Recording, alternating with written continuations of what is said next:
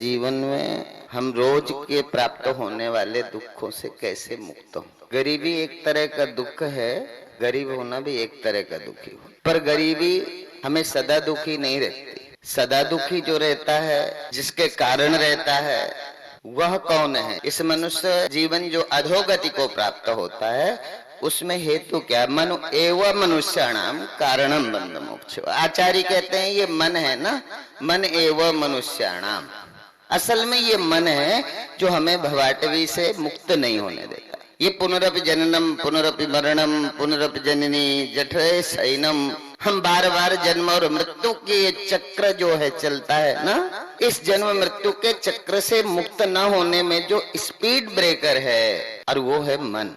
और हम सब मन के धरातल पर जीते हैं। बुद्धि के स्तर पर तो कोई कोई भाग्यशाली गुरु कृपा को प्राप्त जीवन ही बुद्धि के अनुसार जीता है। हम मन को ही बुद्धि के तल पर देखते हैं, पर हमारा सारा जीवन मन के अनुकूल होता है। मन को अच्छा लगना, मन को बुरा लगना, और मन में ये दो चीजें होती हैं। मन का धर्म ही है, कभी सुखी होना, कभी दुखी होना।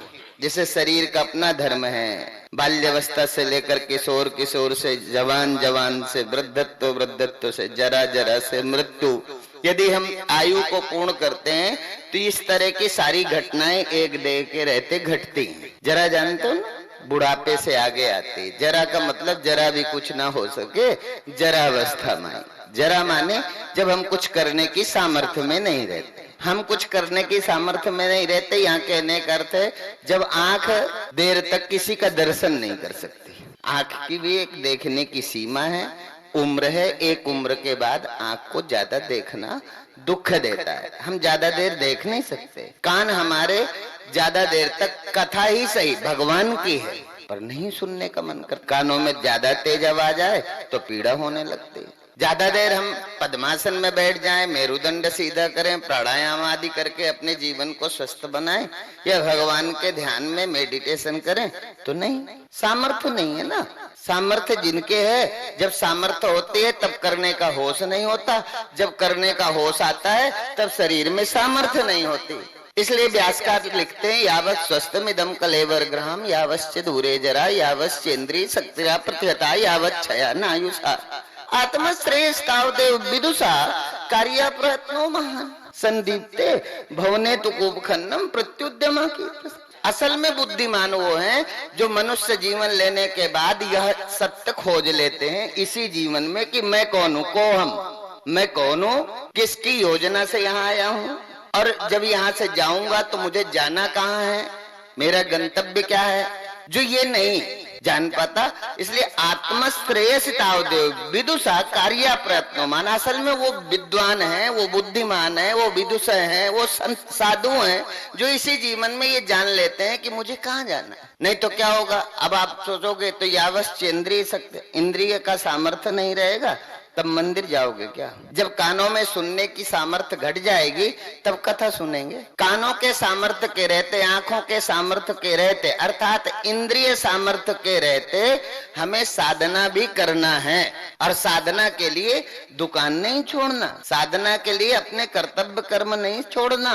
ध्यान में पूज्य सदगुरुदेव भगवान बताते हैं, पनिहारी सी सूरती संहारो। पनिहारी जानते हो ना, नए बच्चे न जानते होंगे, इसमें बहुत पुराने लोग हैं। जब हमारे यहाँ सबमर्सिबल नहीं होता तब कुआं से किसी बावड़ी से पानी लाती थी माताएं, और शीश पर घड़ा होता था, और हाथ हिलाते बातचीत करते चलते थे। ऐसे ही संसार में कार्य करते हुए हमारा ध्यान परमात्मा के चरणों में। न घर छोड़ो, न हरि भूलो, कर्म करो जिंदगानी में, ऐसे रहो इस जगत में जैसे कमल रहता है पानी। जैसे कमल पानी में रहता है, ऐसे ही तुम संसार के व्यवहार को करते चलो और परमात्मा का स्मरण करो। परमात्मा का स्मरण जीवन है, परमात्मा का स्मरण अमृत है। याद है तो आबाद है, भूला तो बर्बाद है। भूल गए तो बर्बाद हो गए, भूल गए बर्बाद का मतलब मर गए। यदि ऐसा ही पैदा होके और कुछ दिन रह के काम करके और बिना किसी एड्रेस के हमें जाना होता, तो बिना एड्रेस के तो सारे जीव जंतु जाते हैं। वो पैदा हुए, प्रकृति से रहते हैं, काम करते हैं, अपनी अपनी तरह की सृष्टि का विस्तार भी करते हैं। अपने तरह के बच्चे करते हैं ना, कुत्ता अपनी तरह का बच्चा कर लेता है, गाय अपनी तरह के अपने अपने प्रजाति के बच्चों को जन्म देते हैं, उनको पालते हैं, उनका विस्तार करते हैं, रहते हैं, कुछ दिन बाद चले जाते हैं। तो इसका नाम मनुष्य होता तो फिर शास्त्र को लिखने की जरूरत नहीं होती। इसलिए शास्त्र ने कहा मनुष्य कौन है? बोले आहार निद्रा भय मैथुनंच समान मेत पशुवीर नराणाम धर्मो ही तेसाम अधिको विशेषा धर्मेण ही ना पशुवी समान। कहते हैं आहार निद्रा, सोना, जगना, भोजन करना, प्रजनन करना। प्रजनन मतलब संसार को विस्तार करना, बच्चे पैदा करना, ठीक है ना। आहार निद्रा भय मैथुनंच समान मेतत् पशुवीर नराणाम।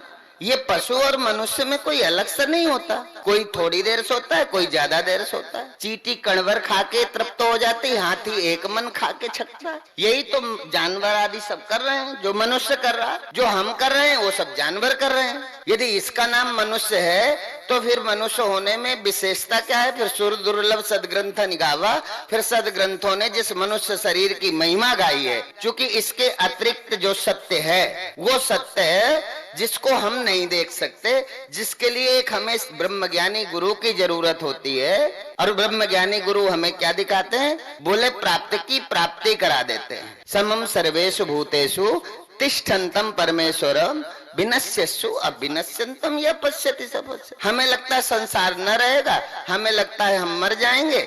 गुरु हमें क्या कहते हैं कि तुम अविनाशी हो, अजन्मा हो, तुम्हारी कभी मौत नहीं होती। सच्चा सदगुरु वही कहावे जहाँ का जीव तहाँ पहुँचावे।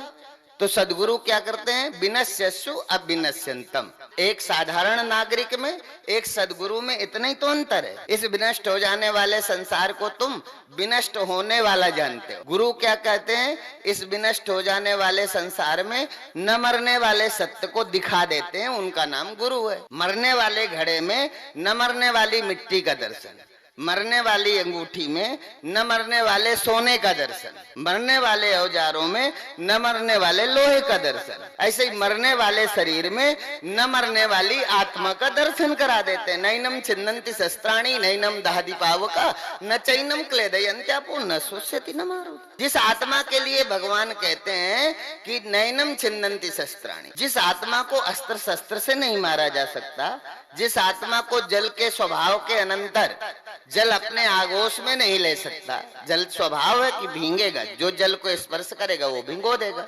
पर आत्मा अव्यक्त है, अजन्मा है, अविनाशी है, अद्वय है, अव्यय है, खर्च भी नहीं होती, ठीक है ना। उस आत्मा को जल भिंगो नहीं सकता।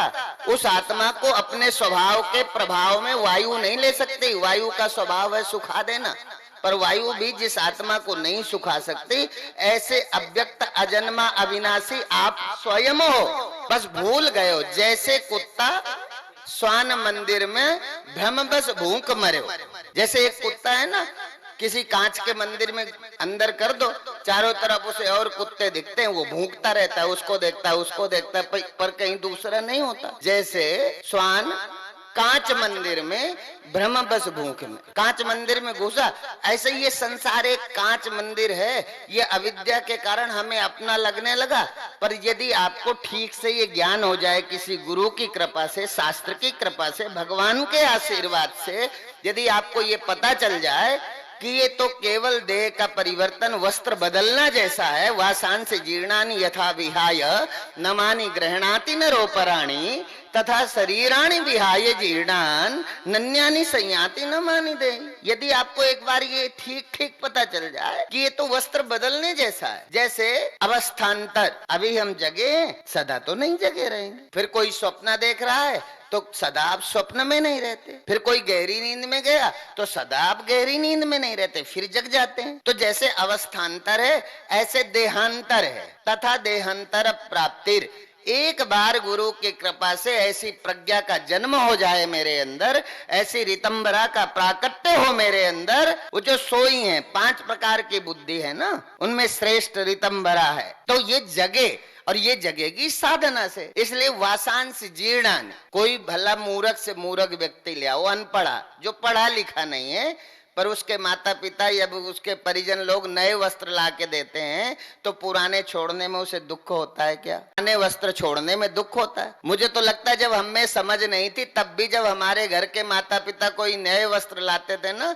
तो हम वस्त्र के साथ चिपक जाते थे, दौड़ कर पकड़ लेते थे, ये मेरा है, ये मेरा है। माता पिता समझाते थे दे रहे हैं, पर लगे ये मेरा है। नए वस्त्र को प्राप्त करने में इतनी खुशी और नए शरीर को प्राप्त करने में हमें दुख हो रहा, क्योंकि लगता नहीं हमने वस्त्र की तरह कभी परिवर्तन, जैसे वस्त्र के परिवर्तन को मैंने देखा है ऐसे तो शास्त्र कहते हैं वासांसि जीर्णानि यथा विहाय नवानि गृह्णाति नरो पराणि तथा शरीराणि विहाय जीर्णान नन्यानि संयाति नान्यानि। ये तो केवल वस्त्र बदलने जैसा है। जिस शरीर के छोड़ने का स्यापा हम पूरी जिंदगी भोगते हैं, जिस मृत्यु के भयानक दुख से हमारी रूह कांपने लगती है, हम डरने लगते हैं, वो मौत नहीं है। पर एक बार जब तक समझ ना आए तो मौत का दुख खूब बड़ा भारी धन गड़ा रखा है, पर आपको पता नहीं है जरूरत में तो गड़े हुए धन से आपकी गरीबी का दुख तो नहीं मिट सकता। ऐसे ही संत कहते हैं सबकी गठरी लाल है कोई नहीं कंगाल। ऐसा है को सबकी गठरी लाल है कोई नहीं कंगाल, गांठ खोल देखे नहीं जाविदी वह कंगाल। गांठ खोल के देखा नहीं है, सबकी गठरी लाल है। समम सर्वेषु भूतेषु, परमात्मा ही तो है जो एक अनुपात में सबके अंदर विद्यमान है, न्यूनता दिखता नहीं है। ये मत सोचना कि हाथी की आत्मा इतनी बड़ी होगी तो चींटी की छोटी सी होगी। भगवान नहीं है जो सबके अंदर बराबर रूप से बैठा हुआ है, न उसमें स्त्री का भेद है, स्त्री पुरुष रहित, कोई जाति, कोई मजहब, कोई प्राणी मात्र, सबके अंदर ईश्वर अंश जीव अविनाशी चेतन अमल सहज सुख राशि। जो सहज सुख के भंडार हैं परमपिता परमात्मा, वो सबके अंदर समान रूप से विद्यमान है।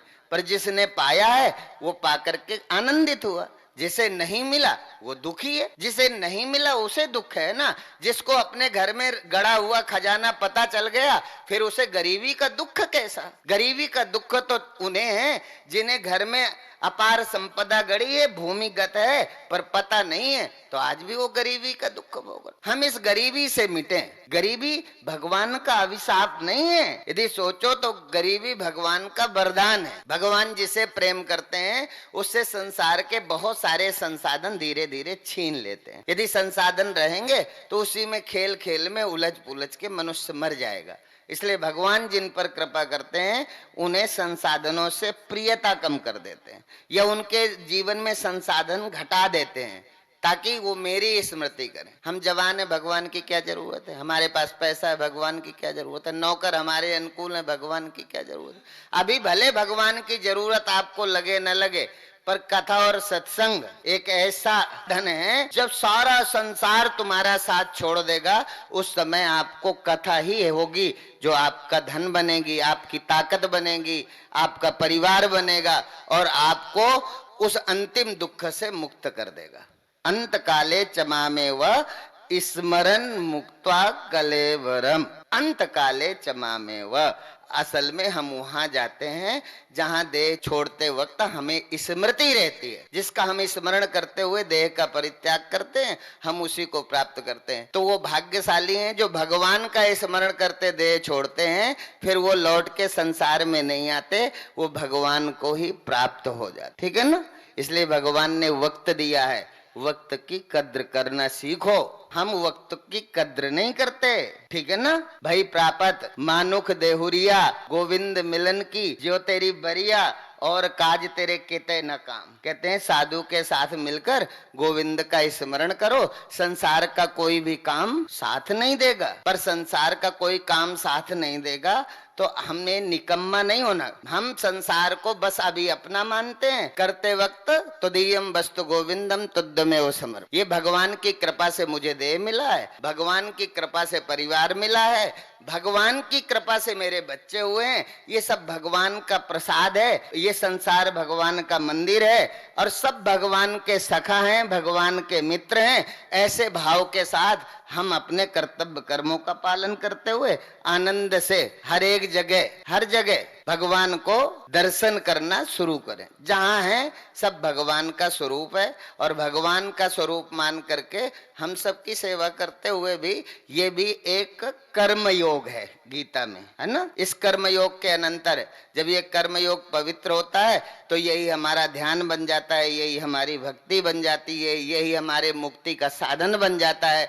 इसलिए वक्त नूर को भी बेनूर बना देता है, वक्त नूर को भी बेनूर बना देता है, वक्त फकीर को भी हुजूर बना देता है। वक्त की कद्र करे बंदे, ये वक्त ही तो है जो थोड़े दिन बाद कोयले को कोहिनूर बना देता है। कोयला भी तो कोहिनूर बनता है ना, कोयले की खदान में ही तो कोहिनूर ही रख जन्म। तो थोड़े दिन इंतजार करोगे। अब आज भक्ति की, आज मंदिर गए और मंदिर गए पता चला पति की तबीयत खराब हो गई, बच्चे की तबीयत खराब हो गई। लगता है भगवान के मंदिर जाने से क्या फायदा, पति तो बीमार हो गए, न जाते तो बीमारी से बच जाता क्या। ये तो होगा, हानि लाभ जीवन मरण यश अपयश विधिहात, मेरा किया हुआ ही मेरे साथ चलता है। तो हम जन्मे हैं, मनुष्य हैं, देह मिला है, तो चाहे जितने बड़े आप भगत हो जाओ, चाहे भगवान को 24 घंटे अपने साथ रखो, चाहे आप 24 घंटे भगवान के साथ रहो, तो बुढ़ापा आना बंद कर देगा क्या, सर्दी जुकाम बंद हो जाएगा क्या। तो ये संसार का धर्म, जैसे शरीर का धर्म है जन्मना और मरना, ऐसा मन का धर्म है सुख और दुख। तो आपका अपना क्या धर्म है, स्वधर्मे निधनम श्रेया पर धर्मो भयावह। तो आपका अपना धर्म क्या है, जिसको गीता में कहा स्वधर्मे निधनम श्रेया पर धर्मो भयावह। यदि भय से मुक्त होना है तो स्वधर्म का अनुकरण करो, स्वधर्म का पालन करो। और स्वधर्म क्या है, जो आपका अपना कर्तव्य कर्म है, जिसे करने के लिए शास्त्र कहते हैं कि ये तुम करो। एक माता को पुत्र के लिए क्या करना चाहिए, शास्त्र बताता है। एक पिता को पुत्र के लिए क्या करना है, शास्त्र आज्ञा करते हैं।